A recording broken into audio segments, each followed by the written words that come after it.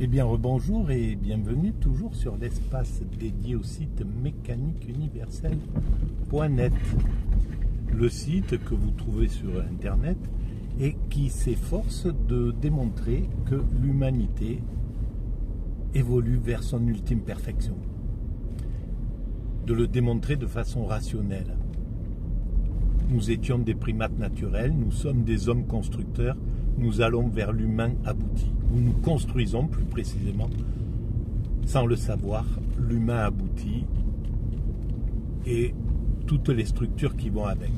C'est-à-dire un monde pacifié, un monde fraternel, un monde où l'homme n'est plus un loup pour l'homme, etc. Voilà, on peut visualiser ça en pensant au paradis, l'idée qu'on peut se faire du paradis, quoi. Voilà. Donc on va vers cette dimension. Alors, là je veux reprendre les propos que j'ai tenus à la vidéo précédente. Et c'était plutôt à charge et plutôt un peu avec une vision un peu pas négative, mais disons une vision un peu corrosive des choses. Et donc de l'évolution. Pourquoi? Je posais la question pourquoi l'Occident semble, depuis qu'il est entré en toute puissance, c'est-à-dire à la fin du communisme, quand il n'avait plus de challenger, il n'avait plus de garde-fous, en somme, quand le communisme est tombé, il est rentré dans un état de toute puissance. Les États-Unis ont dispersé un nombre considérable de bases militaires un peu partout, ont déclenché des guerres un petit peu dans tout le Moyen-Orient, le Proche-Orient, etc., l'Afghanistan, et puis maintenant l'Ukraine, et maintenant le Liban avec Israël et la Palestine. Donc pourquoi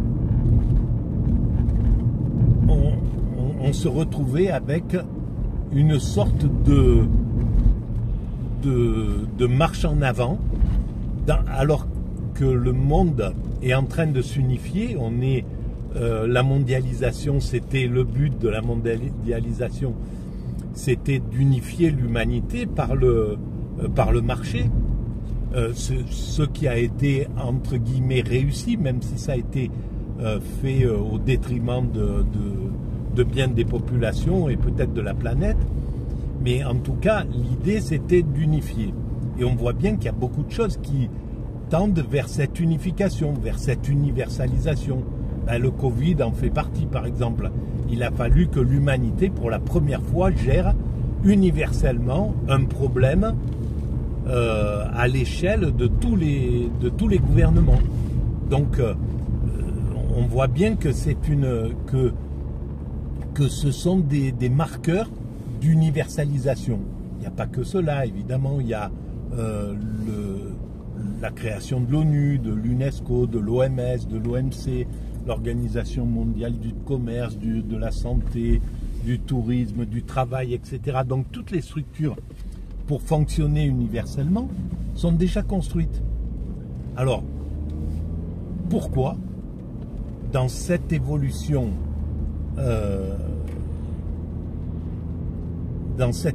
vers l'unification, l'universalité, en plus, depuis longtemps, ils travaillaient le G20, le G7, etc. Donc, c'est des unifications qui vont comme ça. Et pourquoi, dans ce moment-là, on se retrouve avec un recul et un retour de la guerre, un retour de l'unification par la guerre, par la violence. Parce que l'unification, c'est fait par le côté de façon positive, on pourrait dire, de façon tranquille, paisible, par le tourisme, par les échanges culturels, par le travail des chercheurs de façon universelle, par les étudiants qui voyagent partout sur la planète pour étudier et se rencontrer, bref, le tourisme et compagnie. Donc il y a cette unification qu'on pourrait dire positive, et puis l'unification négative qui est une unification par la guerre. Et ben, par exemple, la guerre d'Irak, ben, c'est des Américains. Elle a permis, dans sa catastrophique maltraitance d'un peuple déjà maltraité, donc il y a du narcissisme occidental là à l'œuvre à fond, donc, mais elle a permis à des jeunes Américains qui n'étaient jamais sortis de leur trou, qui n'avaient jamais vu le monde, qui ignoraient tout du monde musulman, d'aller à la rencontre de ce monde. Même si ça s'est pas fait, ça s'est fait comme dans toutes les guerres, avec un système dominant-dominé, etc., de la violence. Voilà. Alors, la vision négative, en fait, c'est celle qui critique cette évolution. Mais il y a une vision qui n'est pas positive, mais qui va tenir compte de la complexité et qui va voir que derrière ces excès, par exemple derrière là ce qui se passe au Liban, en Israël, etc., on voit bien que les affres de la toute-puissance qui ont été mis en œuvre par les Américains à partir donc de la chute du mur de Berlin, à la chute de leur adversaire communistes, donc ils se sont retrouvés en position de toute puissance, à devenir les gendarmes du monde, et sous cette domination, ils ont permis à leurs petits frères protégés, leurs petits frères chouchous de l'Occident, l'Europe,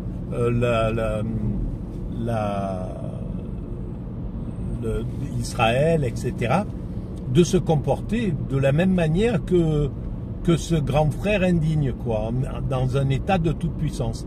Et donc ça a donné cet état de toute puissance et d'impunité avec lequel là Israël se bagarre avec, maltraite les Palestiniens et les Libanais. Et puis, bien avant, bombarder la Syrie, bombarder, etc., etc. Bon, bref, cet état d'impunité, eh bien, à mon sens, c'est un des moteurs pour fédérer l'humanité. Il y a deux choses. On va prendre le cas d'Israël. Il y a deux choses. D'abord, ils ont soulevé contre eux tout un tas de jeunesse dans le monde entier qui se sont révoltés contre cette injustice, qui était vraiment flagrante. Et c'est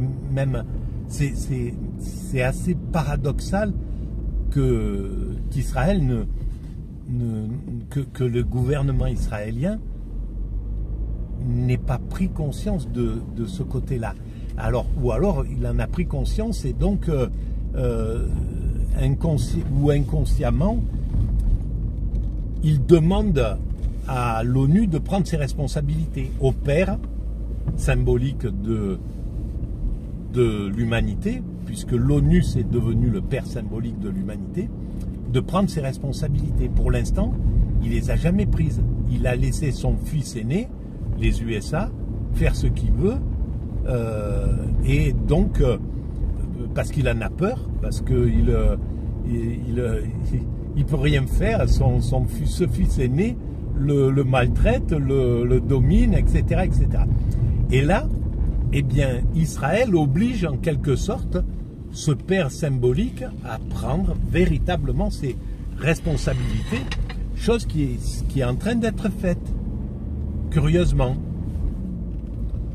Donc,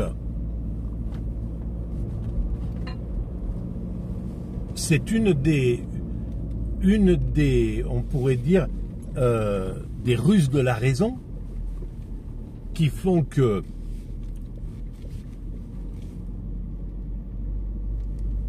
en bousculant l'ONU, par exemple, en bousculant le monde, là, en révoltant le monde, eh bien, il l'unifie. Ça, c'est la première chose. La seconde, c'est que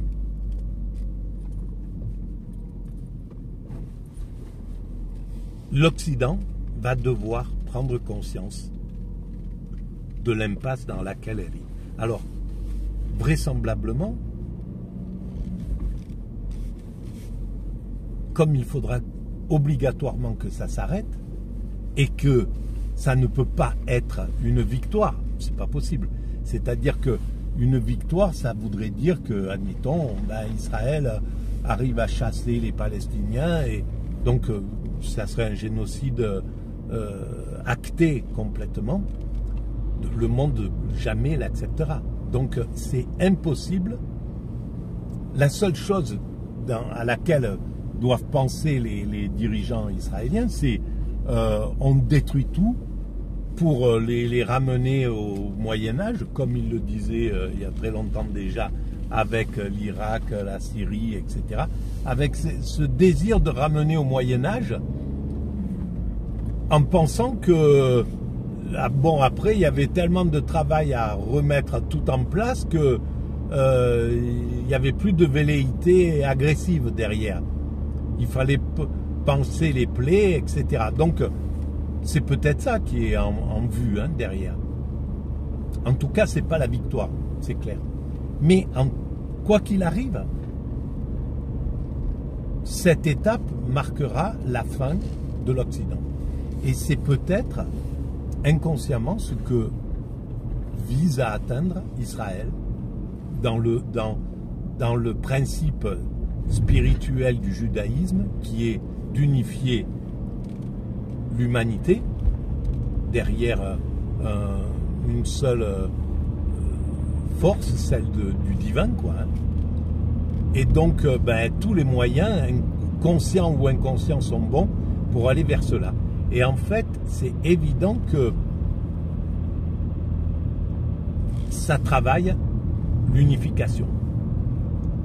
Et à la sortie de ce chaos dans lequel nous sommes, et qui nous mène au bord du précipice, parce que on est obligé de constater que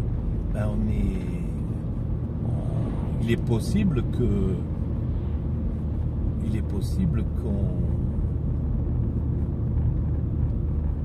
qu'on flirte avec quelque chose de dramatique, c'est-à-dire un conflit nucléaire, par exemple. J'arrive pas à y croire, parce que ça voudrait dire reculer l'humanité de 1000 ans. Bon, l'humanité, l'évolution humaine, elle a le temps. Elle n'est pas pressée. Même s'il faut reprendre le truc au Moyen-Âge et recommencer avec des valeurs autres en disant bon, plus jamais ça, mais vraiment plus jamais ça, en faisant tout un... voilà, je ne sais pas, mais en tout cas, ça me paraît impossible. Et curieusement, l'humanité arrive toujours à s'arrêter à peu près aux portes de l'ultime. Il y a quelque chose qui arrête cette chose-là. Par exemple, Hitler, il avait la possibilité de créer la bombe atomique, mais il y a quelque chose qui lui en a pas laissé le temps. Bon, et c'était à quelques années près, à quelques mois près peut-être. Donc il y a quelque chose qui fait que dans la baie des cochons, la crise de la baie des cochons, ça aurait pu dégénérer en conflit peut-être nucléaire déjà, et c'est pas ce qui s'est fait, ça s'est arrêté à la... Et c'est que des hommes, c'est quelques hommes qui décident, c'est hallucinant, quoi. Comment on n'a pas protégé l'humanité de la possibilité de laisser à quelques hommes la possibilité toute puissante de régler le sort de l'humanité tout entière. C'est incroyable qu'on n'ait pas réfléchi à empêcher ce genre de choses. Et je pense que l'ONU, quand il prendra le pouvoir, il faudra absolument, je pense qu'ils y ont déjà pensé, mais il faudra absolument qu'il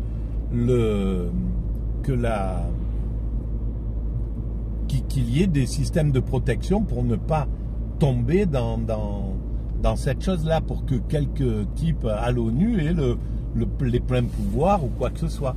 Donc il y a un système à découvrir pour empêcher cette toute-puissance. Parce que dès qu'il y a la toute-puissance, on le voit avec notre chef d'État, dès qu'il y a la toute-puissance, ben, n'importe qui, que ça soit le chef d'État actuel ou que ça soit son balayeur, la personne qui fait le ménage, eh ben, il se comportera globalement pareil, sauf que les dominants se comportent un peu plus pire, parce qu'ils ont plus de testostérone, plus d'agressivité, plus de narcissisme, et donc ils sont plus aptes à tomber dans ce genre de travers. Voilà. Bon, je vais arrêter là pour cette vidéo. Je vous remercie de votre écoute et je vous dis que si vous avez envie de stimuler cet espace, vous pouvez mettre des pouces, vous abonner, envoyer le lien à vos amis, écrire des commentaires et aller visiter le site mécaniqueuniverselle.net où j'explique en grande partie cette évolution. Voilà, après ce qui est politique, parce que ça a été écrit il y a 25 ans, donc ça n'a pas, les choses actuelles n'y sont pas évidemment. Mais il y avait déjà la base, il y avait déjà la vision de la toute-puissance de l'Occident, pourquoi tout ce que ça a engendré de négatif et qu'on constate aujourd'hui. Tout était déjà bien compris à la limite. Voilà, je vous remercie et je vous dis à très bientôt.